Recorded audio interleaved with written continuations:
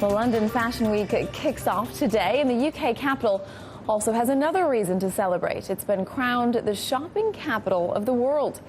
Well, last year, the city's retailers raked in more than £62 billion, more spending than was seen in New York, Paris, or Tokyo, making London the world's highest grossing shopping city. Well, from Westfield to Oxford Street, more was spent than in Los Angeles, Milan, Rome, Madrid, and Berlin combined.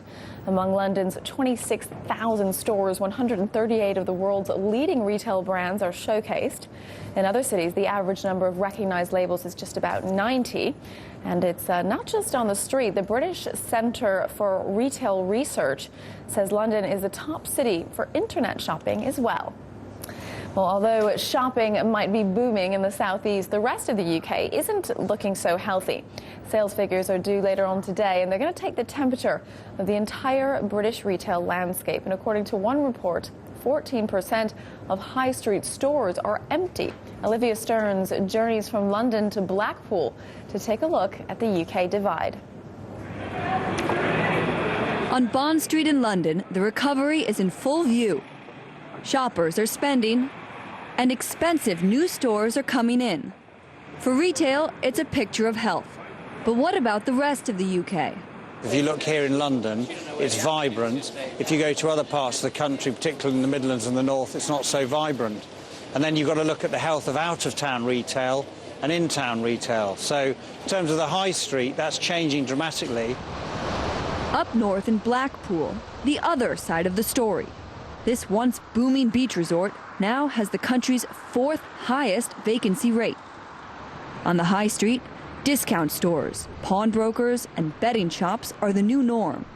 Bond Street in Blackpool used to be one of the busiest parts of town. Today, more than half the stores here, though, are empty, and there are hardly any shoppers out on the streets. Retailers say they don't remember things ever being this difficult, and they're afraid it will only get worse. In large towns across the UK, vacancy rates increased almost 5% last year. The number of retail companies struggling rose 17% in the last 3 months.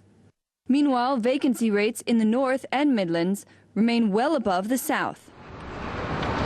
That regional divide is also expected to grow. Come April, towns in the North will be harder hit by public sector job cuts. It's one reason Eileen Orman is working to diversify Blackpool's economy. The biggest worry has been the small traders that haven't been able to weather it. And I think that will continue for a few years yet. So it's whatever we can do to try and support that by bringing people into the town and raising the footfall. The biggest change we've had is we've lost small retailers, individual family businesses, the people that haven't got the backup for it. No matter size or location, though, 2011 could be difficult for retailers anywhere, as inflation, austerity, and VAT all signal that more challenges are in store. Olivia Stearns, Bloomberg, Blackpool, England.